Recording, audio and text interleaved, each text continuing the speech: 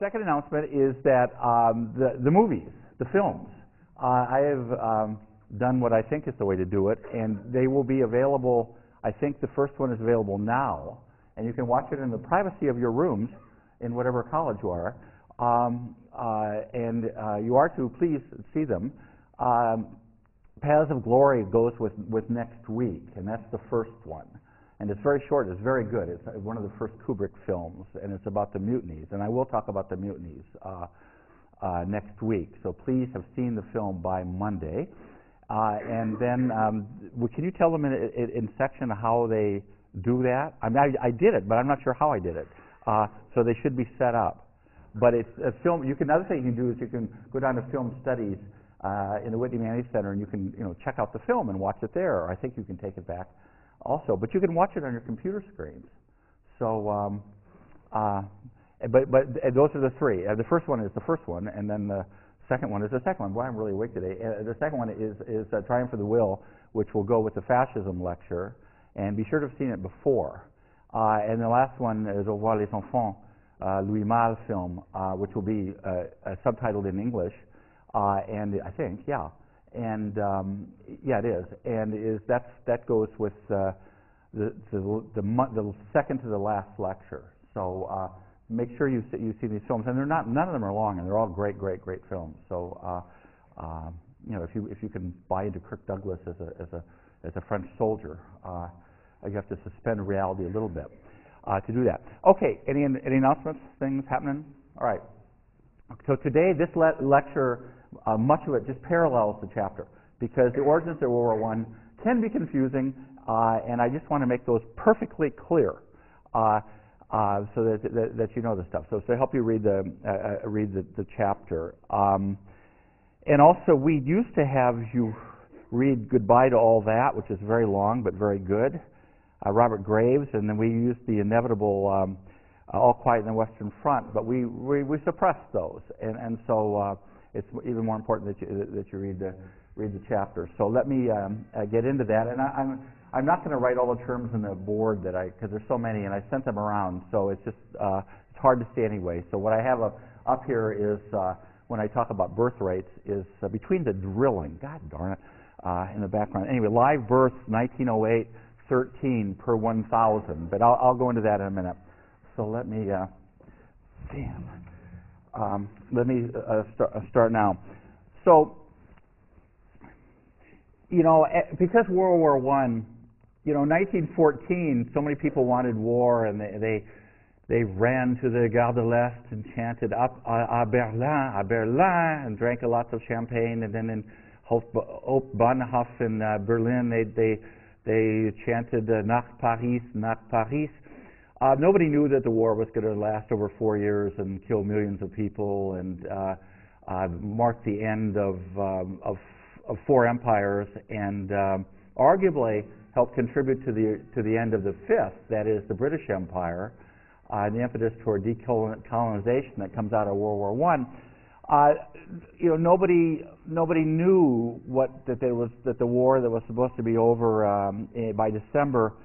Wasn't going to be over by December, and outside of a couple of journalists who had been following the Russo-Japanese War in Manchuria, had seen kind of the evolution of trenches, nobody predicted that kind of war. And I'll talk about military strategy at the end today, or in the plans for the war, or depending on the timing, the end of or the beginning of next hour. But so this makes the origins of the war so much more important. And there's certainly, in terms of diplomatic history, there's no other event in the history of the world that has been so poured over than the diplomatic origins of World War I. The famous entangling alliances, the house of cards that collapses, all of those very familiar images. And after the war, I had this great uncle who fought in the war. I mean, great uncle. I mean, he was an old dude when I was a very little guy. And he'd been in France in 1917, and at the end of the war, I remember when I was a little kid, he gave me the sort of printed out book showing that the Germans had started the war. I mean, it was the official account of the origins of World War I. And of course, the fact that at the end of the war ends with German troops inside France. This has a huge, huge impact on what happens because of two things looking ahead. One, it became very easy for the German right to say, we weren't defeated. We were stabbed in the back. By who? By the Jews, by the communists, by the socialists. And secondly, because Germany was defeated, they had to sign on the bottom line saying, we started the war alone, we alone. The famous war guilt clause. War guilt clause. Now, the Germans didn't start the war alone. And I'll leave it to you to decide whether their responsibility, the famous blank check given to Austria-Hungary, is more important than the roles of other states. Russia declaring mobilization, which was tantamount to an act of war for reasons we'll come to, or France for that matter. But that's why the origins of World War I are so important. And the other reason is that clearly World War I unleashes the demons of the 20th century. That the kind of racist stuff, the even somewhat genocidal stuff is out there in the public domain. But World War I turns it loose. And we talk about, I hope convincingly, the Europe of extremes, which is a title of a wonderful book by Eric Hobsbawm, and one extreme being communism, but the other extreme, which was more prégnant, which was more victorious, more overwhelming in Europe, was the rise of fascism. And in particular, the rise of National Socialism. And this stuff was out there, but National Socialism and the Nazis cannot be understood without World War I.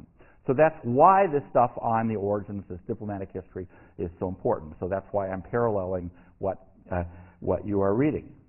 Now, that people, if you ask people in the 1880s and 1890s, who will fight in the next war? Many people in Germany, most people in Germany, and many people in France would say that it'll be the Germans fighting the French because of Alsace-Lorraine. Other people, as we'll see, particularly in the 1890s, will say, no, it's the British and the French who are going to be fighting. Colonial rivalries, fashoda, and all that business. But the one, in what you're reading, as I put it, the old hatred that cannot be put off stage during the entire period, even when French and British relations are at their nadir, at their worst, is that between Germany, united, the empire proclaimed in the Hall of Mirrors at Versailles, Chateau de Versailles, and France, because after all, the French had to give the second most industrialized region, one of the most prosperous regions, that is Alsace and much of Lorraine, to Germany. And I'm going to end up with an incident that looked like war was possibly going to break out between Germany and France, and that is the Zavern incident, and talk a little bit about Alsace-Lorraine and stuff that isn't in the book later, just to make it clear. And it is complicated, because the French could never accept the fact that Alsace and much of Lorraine was now German.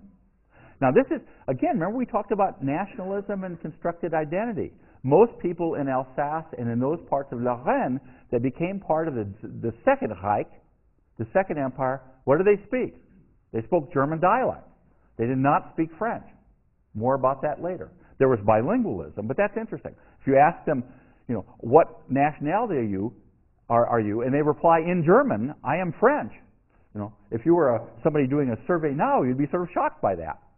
But I mean, these are complex, these identities. So anyway, the rivalry between France and Germany was always there.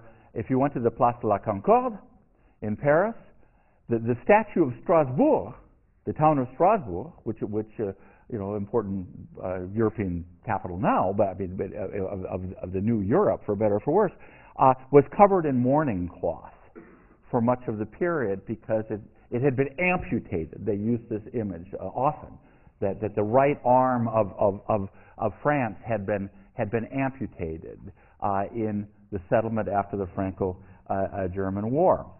So that rivalry is there.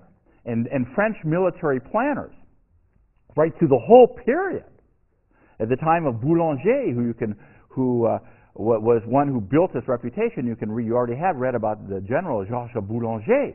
You know, he is Mr. Revenge. And a military planner said, when the war comes, we will move into Alsace and take Alsace and parts of Lorraine back, and then we will move to Berlin. Simple, just like that. And to the very end, that's their military strategy. Attack. They're going to attack and get back Alsace-Lorraine. What the Germans plan to do has a lot to do with the way the war starts, and we will get there. Now, the second big rivalry in Europe, and again, think of the 28th of June, 1914, Sarajevo. 16-year-old, heavily armed Gabriel Princip, is that between Russia and Austria-Hungary. And their rivalry is over the South Slavs, who are within the Austro-Hungarian Empire, and the Serbs, who are not, but who provide a constant force for destabilization in the region. Now, as you know, since the time of Catherine the Great, she set her eyes on Istanbul, Constantinople, the same city, on the Straits, on access to the Black Sea, that there was always going to be this drive of Russia to the Straits. And as you know later, Turkey allies with Germany. But the big rivalry is in terms of Russian influence, destabilizing influence, seeing itself as the protector, the mother of all of the Slav peoples, is a permanent force of destabilization in the Austro-Hungarian Empire. Ironically, the guy who gets offed, along with his wife, the Archduke Francis Ferdinand and his wife, he was one of the more he was a prejudiced figure in many ways, but he was considered a moderate because he believed that the South Slavs should have kind of a third status along with, along with Germany and Austria and Hungary within sort of a tripartite empire. And of course he gets gunned down, and what comes next is the blank check, where the Germans say, do what you want to settle this situation, and the famous ultimatum to Serbia by Austria-Hungary. And the Russian government stirs up pan-Slavic fervor in the Balkans. They work consistently to do that. There are religious ties, the Orthodox religion. There's ties of alphabet, the Cyrillic alphabet used in Serbia. Serbo-Croatian is the same language, but spoken language. So Serb friends and Croatian friends would deny that in some ways, but basically it's the same spoken language. But the Serbs use Cyrillic alphabet, which is what the Russians use, and the Croats, who are Catholic, use the alphabet used in Western Europe. So the European alliance system, this entangling alliances, hinges on French and German enmity and the competing interests of Russia and Austria-Hungary in the Balkans. And it also hinges on Bismarck, who is in many ways an odious guy, but very, very clever guy. His fear that Germany would have to fight a war on two fronts. And so what these powers are doing are looking for allies.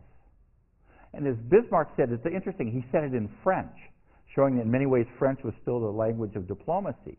He said, when you've got these great powers, 5 of them, in quotes, you have to be à trois. You have to be with the 3 and not the 2. And his worst nightmare, and Bismarck was somebody who, he said he liked to lie awake at night and hate. His worst fear was having to fight the Russians and having to fight the French at the same time. And so when he encourages the French to get into the imperial game at the beginning, he's doing that to try to, get them to blow off a little steam out there in Africa. My map of Africa is here. Remember the line about the map of Europe. And so he said, here's the exact quote, all international politics reduces itself to this formula. Try to be à trois, as long as the world is governed by the unstable equilibrium of 5 great powers, Germany, Austria-Hungary, Russia, Britain, and France.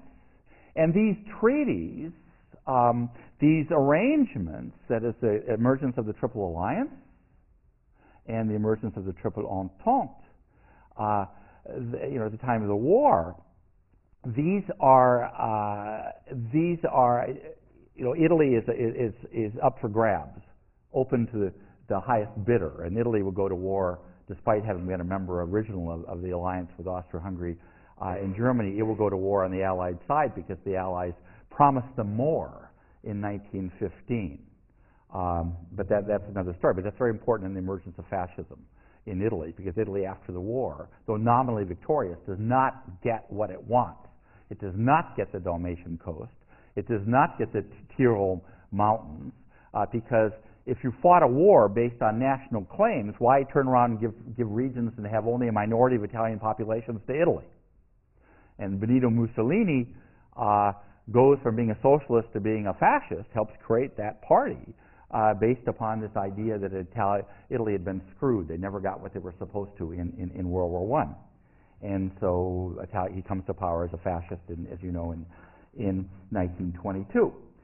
So in 1879, Bismarck forges this cornerstone alliance between Germany and Austria-Hungary, and it's predicated on German support for Habsburg opposition to the expansion of Russian interests in the Balkans. And you can see in this the origins of the famous blank check in the summer, hot summer as it was, in 1914. And in 1880, Italy allies with Germany and Austria-Hungary, forming the Triple Alliance. But the wording is such that it doesn't necessarily bring Italy into the war. And as I said, Italy will come in on the side of Austria-Hungary and Germany, and Italy comes in, as I just said, in 1915. Now, the details of these treaties, and these diplomats are still under the influence of Metternich and all that. Now, the details are not known, but the outlines are known. I mean, the details are not known, but the outlines of these treaties are basically known. And one theme right through the period is every time that Russia seeks to expand its influence in the Balkans, Austria-Hungary gets concerned, and they turn to Germany saying, you will back us, won't you? And they say, yes, of course, we will back you. And in the end, what happens is that the blank check goes to, after the ultimatum, to Serbia by Austria-Hungary, do whatever you want to settle the situation. We will back you all the way. Now, why does Germany become encircled diplomatically and ultimately in war? How does it happen that Russia, Tsarist autocratic Russia, allies with Republican France? That the Tsar, the oppressor of the non-Russian peoples, especially the Jews, in Russia, comes to Paris in 1889, and they name a beautiful bridge after him, the Pont Alexandre III, the bridge of Alexander III. And that the Marine Band learns the theme song of the Tsars. And the socialists go wild in France. And how can you ally with these people who are repressing socialists or repressing nationalities? They're repressing everybody and run this police state. And so the last thing that Bismarck wanted are these two big states to come together on either side of them. How does this happen? Both France and Russia are outside of the Triple Alliance, which you already know. But there's another reason. As a matter of fact, I read about 4 or 5 years ago, there are still French companies trying to get their money back from Russia because they lost their money in 1917 when the Bolsheviks came to power and ultimately nationalized industries, big industries particularly. It is economic. In that one of the old things that people say about the French economy, but is still true, is that French money, investments, much of it goes outside of France. They build the railroads in Spain, but they invest heavily in Russian industry and in Russian railroads. And so these economic ties are very important. I mean, there are also cultural ties. I mean, because of the popularity of French in aristocratic circles in Russia. But on the other hand, there were lots of Russian nobles who spoke German, who lived in Königsberg, which is still, the sort of enclave now that is still part of Russia, sort of stuck between, Poland and Lithuania. But the most important reason is that French investment in Russia increases dramatically in the 1880s and 1890s.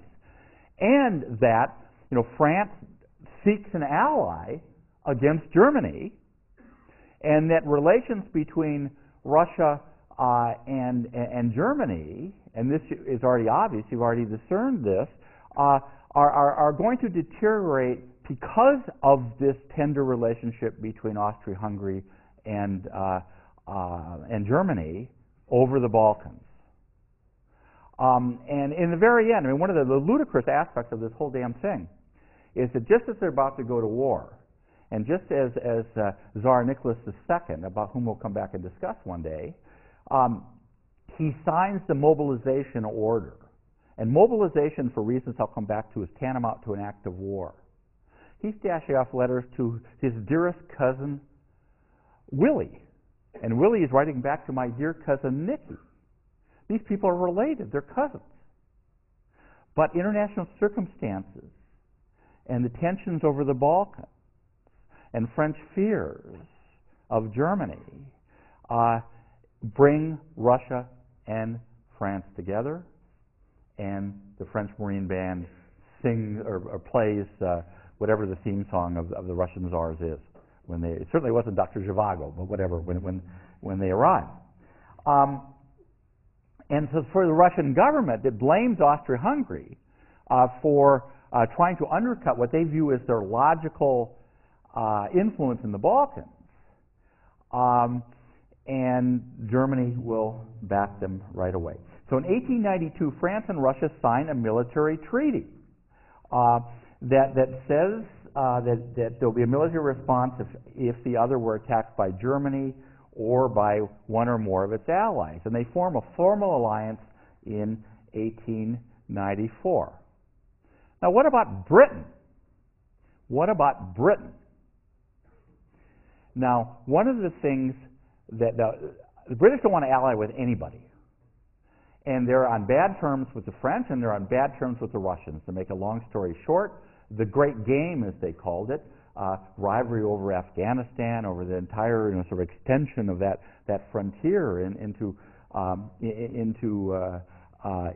Asia, means that the chances of Great Britain joining an alliance with Russia and with France seems extremely dim. Britain wants to control the seas and to go it alone. But they discover a fact that shouldn't have surprised them in the Boer War in South Africa, is they don't have any friends. That nobody supports what they're doing in South Africa. And it's better to have an ally in a world that gets increasingly dangerous. And what happens gradually is that the rivalry between Germany, again to make a long story short, between Germany and Britain ultimately will cause Britain to look for allies, and that suddenly it seems less probable that France and Britain will go to war. Now, what is the nature of this increasingly bitter rivalry between Germany and Britain? One is obvious: Africa. That's one. Second, economic. In that the German economy is growing by leaps and bounds. It is the number one country in chemistry. Those of you that are chemists, the university system, where in Britain the university system isn't terribly practical, but in Germany, chemistry is part of what they do in the German universities, which are great universities, and they begin to lap the British in chemistry, chemical productions, and they catch up and go ahead and steal too. And so this is a big rivalry. And the British government it begins to run scared because the city is running scared. And third is this famous naval rivalry that which Paul Kennedy, my colleague and friend, has written a book, The Anglo-German Naval Rivalry, is that the Germans start turning out these huge ships. And then the British respond. They produce the dreadnought, which becomes a symbol for these huge, powerful battleships such as nothing had ever been seen before. And the naval leagues in both countries, again, this is the culture of imperialism, the culture of aggressive nationalism, put huge pressure on governments to throw every available resource in the building of more and more ships. And Britain, which had always basically controlled the seas since the Armada in the late, the defeat of the Spanish Armada in the late 16th century, they're running scared. Now again, you can't look ahead and say, aha, but there was only one naval battle of any consequence in World War I, at the Battle of Jutland off the coast of Denmark, and it's kind of a draw, but basically the Germans are forced back into port, so they lose. But the British couldn't anticipate that. So their fear of Germany and the saber rattling of the thoroughly irresponsible idiot Wilhelm II helps make it possible to imagine an alliance with the sneaky French. Now, in the 1890s, there were a lot of war novels about future wars. And this in itself reflects the fact that many people thought there would be another war. Again, they didn't know it's going to be a war of 4.5 years, but they think there's going to be another war. And I assure you, I've never read the following book, but one of the more successful was, for a brief time, was this sort of book about a future war. And it's I guess it's in the early 1890s, or about the time of Fashoda, maybe. It's in the 1890s, or maybe the first couple of years of the 20th century. It doesn't matter. Dover. The middle class of Dover are out parading in the rain, around in the rain on a Sunday morning. Miserable weather. And they suddenly find that Dover's been taken over by the sneaky French. That they've been digging a tunnel under the English Channel.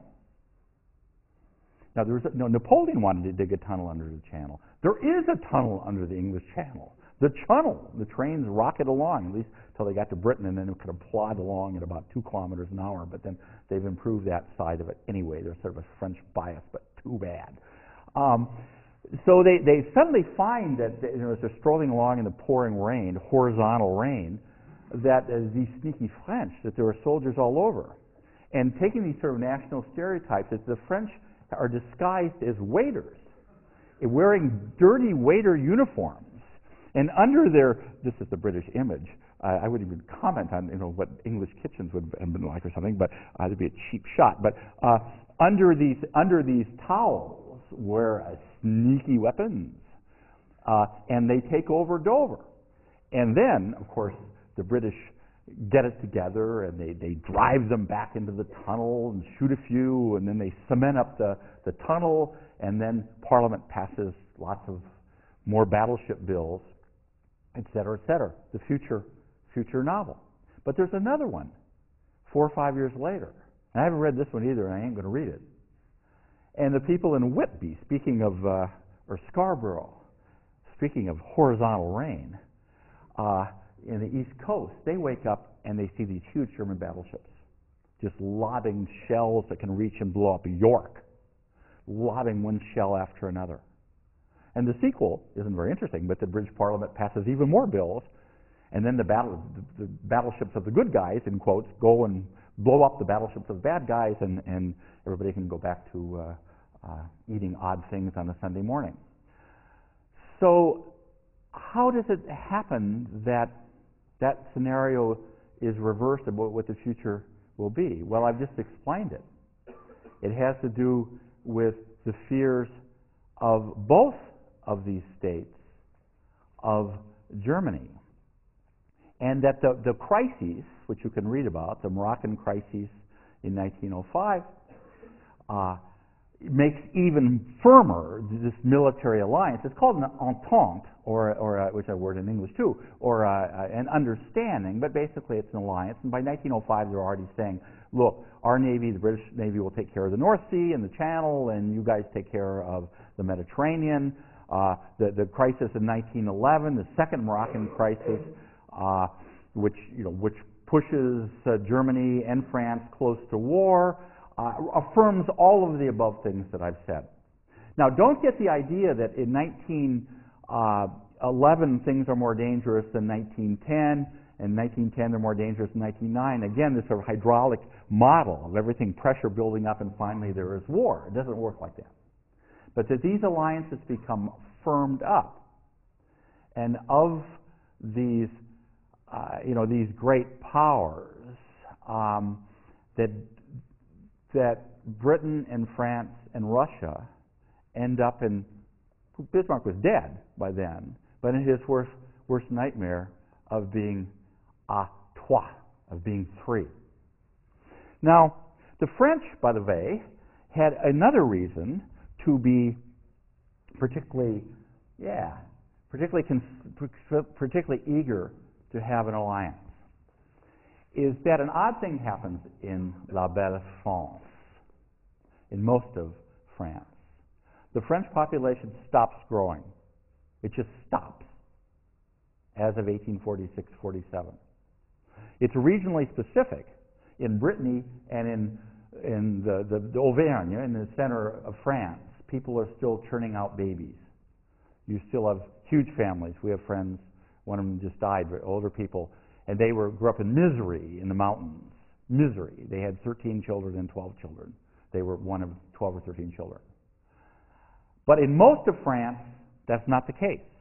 And in one part of southwestern France, when people had a second baby, they received a condolence card. Isn't that bizarre? The French population stops growing. Why? There are a couple reasons. This is just an aside, but it's interesting. The Napoleonic Code, remember, ends primogeniture, so you've got to divide up the plot of land into 2 or 3, or into 2. Birth control. There's 2 arguments, is that the peasants started, and then it filters up to the middle classes, or the middle class starts and filters down. It depends on where you are in France. But they stop having children. Look at this. I wrote it on the board, but it may be in the book, I don't even remember. But here's live births, 1908, 1913, per 1,000. Italy, 32.4. Austria, 31.9. Germany, 29.3. England, 24.9. USA, 24.3. France, 19.5. I mean, that is so low. The French population would have literally not grown had it not been for immigrants. Immigrants then were people coming from Italy and from Switzerland, but mostly from Italy, and from Spain too, some, and from Belgium. So, what's the effect of this? Is that there's this enormous crisis. It has to do also with this sort of threatened virility. Why do we have fewer children? What's the matter with us? France is becoming too effeminate, et cetera, et cetera. You can just hear the language of this. Women are not serving the state. Why are they not having babies anymore? What's the matter? They want to vote. Is this getting in the way with having babies that can be sent off to war? So it causes an enormous problem. And it's discussed all over the place, particularly by the nationalists. We don't have enough children. Jumping ahead, and I'll come back to this. Verdun, 1916. The Germans say, we're not going to take the forts at Verdun. They're untakeable, cannot be taken, they cannot be pris. But we will make them pay so many hundreds of thousands of people that we will bleed them, and they'll be forced to sue for peace. Falkenhayn was the general. We won't take the forts, Douaumont and Vaux, but we will kill so many hundreds of thousands of people, and we can afford to lose hundreds of thousands of people because our birth rate is higher. Nice for the people sent into all this stuff. More about that later. So this has a big effect.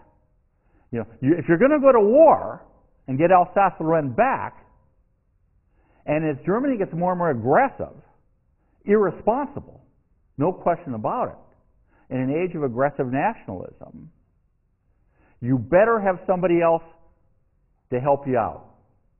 Because there's a lot of them, and they blew us away in 1870, 71. And they defeated, they didn't blow away, but they defeated Austria. Prussia defeated Austria in 1866, cementing its role as the most important power in Europe. So that helps as well. Now, the French fears and all that. Now, a couple more points. I do want to give you an example from this, and I mentioned this briefly, but it's interesting about how this works, how small incidents in a complicated world of national rivalries and competing identities can almost launch the war. It took the assassination of Francis Ferdinand to start it all off. There would have been a war sometime. And this is the case of Saverne in German, Saverne in French, Saverne, a very nice little town. Went to Saverne. Got to see all these places. I went to Saverne. This nice canal runs through it. Now, Alsace and Strasbourg were annexed to France in 1681 by the megalomaniac Louis XIV. So they had been part of France a very long time. And in 1871, for reasons you know, they become part of Germany. But this incident at Saverne, what it does is it reinforces the stereotypes that the French have of the Germans and that the Germans have of the French. The image of German quest for domination and aggressiveness, and the role of the German army, which seems to have absolutely no limits. As someone once said about Prussia, that it was a state tacked on to an army. And the Saverne affair seemed to indicate that Germany was still the same way. Now, if you go up to Alsace, you go up to the Vosges Mountains. There's this route called the Route des Crêtes, so the route of the peaks, and you can look down into the Vosges, which was France, until it still is France, but from what had been German Alsace, and you can see all of these monuments put up by German hiking clubs to try to reaffirm this German identity that people had. And identity is extremely complex thing. But first of all, what is clear is that the vast majority of the population spoke German. Now, whether this makes them feel German or not, that's it's not sure. But let me give you a couple examples. I didn't send this around; it's too much. But let's say that for the total of Alsace and Lorraine, the parts that were annexed into the German Reich, that the number of communes in which German was the German dialect was the dominant language is 1,225. In which French was the dominant language was 385. And the percentage of the population that spoke German is 77%. The population that spoke French as their major language, 12%. There was some bilingualism, but not a whole lot, actually. And 10% sort of neither, in that they were probably more or less perfectly bilingual because of intermarriage. And so, when the Germans come in, after 1871, they are better than what the French did after World War I. The French tried to just rip German out as a language of instruction, get rid of all the street signs in German. The Germans are a little more delicate in the way that they do things, but German is the language of the administration. But another important point is that they don't trust the Alsatians. Even though they speak German, they don't trust them. That Alsace and those parts of Lorraine they're annexed into the Reich, but they don't have the same rights as a region that the other parts of Germany, like Württemberg and Bavaria, have. And that German deputies from Alsace and those parts of Lorraine don't have the right to vote on issues of war, for example, in the Reichstag. They are not trusted because they are seen as potentially disloyal to the Reich. The idea is that they have been infected with Frenchness. Now, part of this is religious, in that, it's so complex. Alsace is a wonderfully interesting area. It has the largest percentage of Protestants in France outside of Ardèche in the south center. It's also got a large percentage of Jews who had been victimized by anti-Semitic riots after 1848. But the majority of the population is Catholic. The German Empire, going back to the Kulturkampf of Bismarck, the war against the Catholics, still doesn't really trust the Catholics. You've got Catholics in Bavaria, usually very right-wing Catholics in Bavaria. You've got Catholics in the Rhinelands.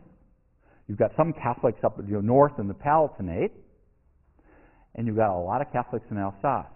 And so they don't trust them, basically. They don't trust them. And so relations between the German troops, who, as in the case of Spain, are not coming from that region. Spanish people who are occupying Catalonia come from Galicia, or they come from Castile. So they won't be infected by the local population from the point of view of the Spanish state.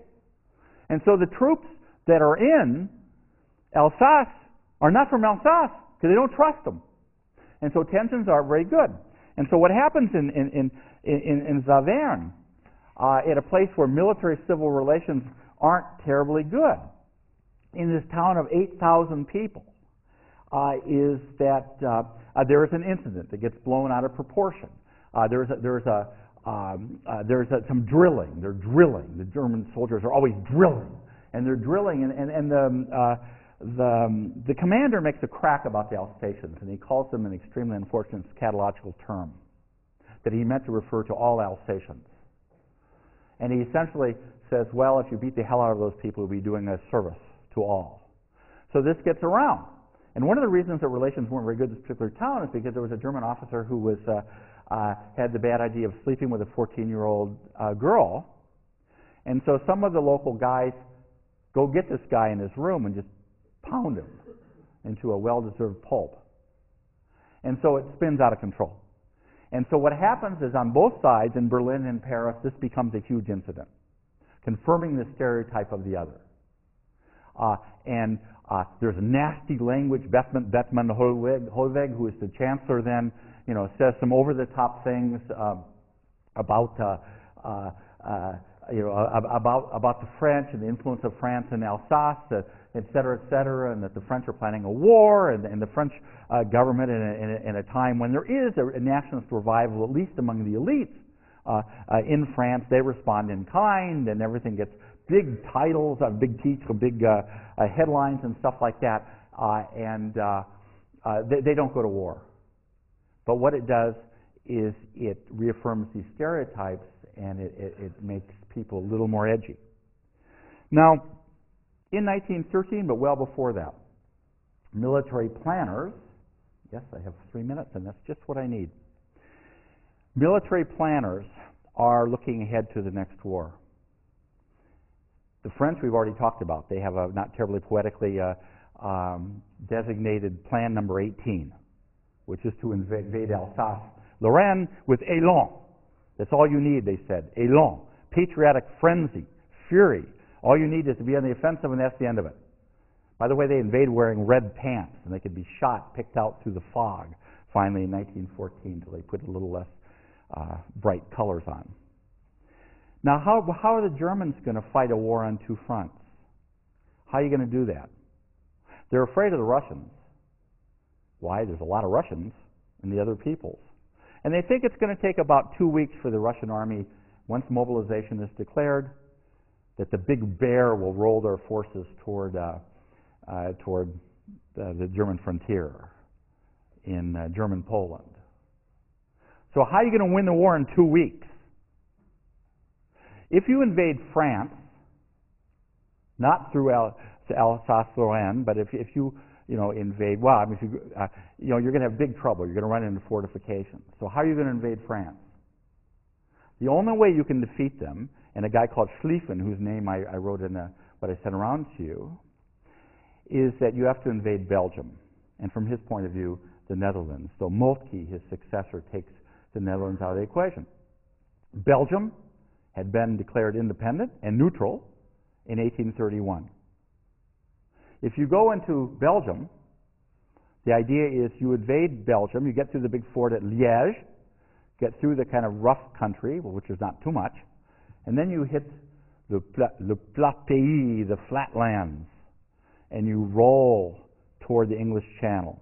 And the last thing Schlieffen importantly said on his deathbed was the last soldier, his right arm should touch the English Channel. And then you turn down and you put Paris in a headlock, and they will sue for peace, and you will beat them in 2 weeks before the big bear can come moseying along slowly. That's why mobilization was tantamount to an act of war, because it starts the timetable, that they've got to defeat them in 2 weeks. What happens if you go through Belgium? From the point of view of the British, it's bad enough to have the sneaky French across the channel. But what if you've got the Germans in Ostend eating moule frites? What if you have the Germans in Nacha? What if you have the Germans across the channel too? Big-time enemies, a very short, choppy boat ride away. So what this is going to do, it's going to reaffirm the alliance. And Sir Edward Grey, the one who said most famously, and he got it right, lights are going out in Europe. They will not be relit again in our lifetime. At this point, the British hesitate. The French said, will the word honor be struck from the English dictionary? The French ambassador is chasing around a high official in the Tsarist regime in Russia saying, you must back us all the way. And so the invasion guarantees that the worst nightmare of Bismarck will come true, that they will be à trois. And the fact that it doesn't work out for a variety of reasons, the way the German High Command intended, and the way Schlieffen intended, and Moltke, means that they don't, for reasons I'll come back to, can't get Paris in that headlock, force them to sue for peace, and the race to the sea begins to try to outflank, as in a football game, if you'll take a ridiculous analogy, the outside linebacker, and they end up at the sea. And then shovels and defensive weapons like barbed wire and machine guns become the weapons of the war. And that explains why there wasn't, and subsequently could never be, a knockout punch, and why millions of people died in and around those trenches.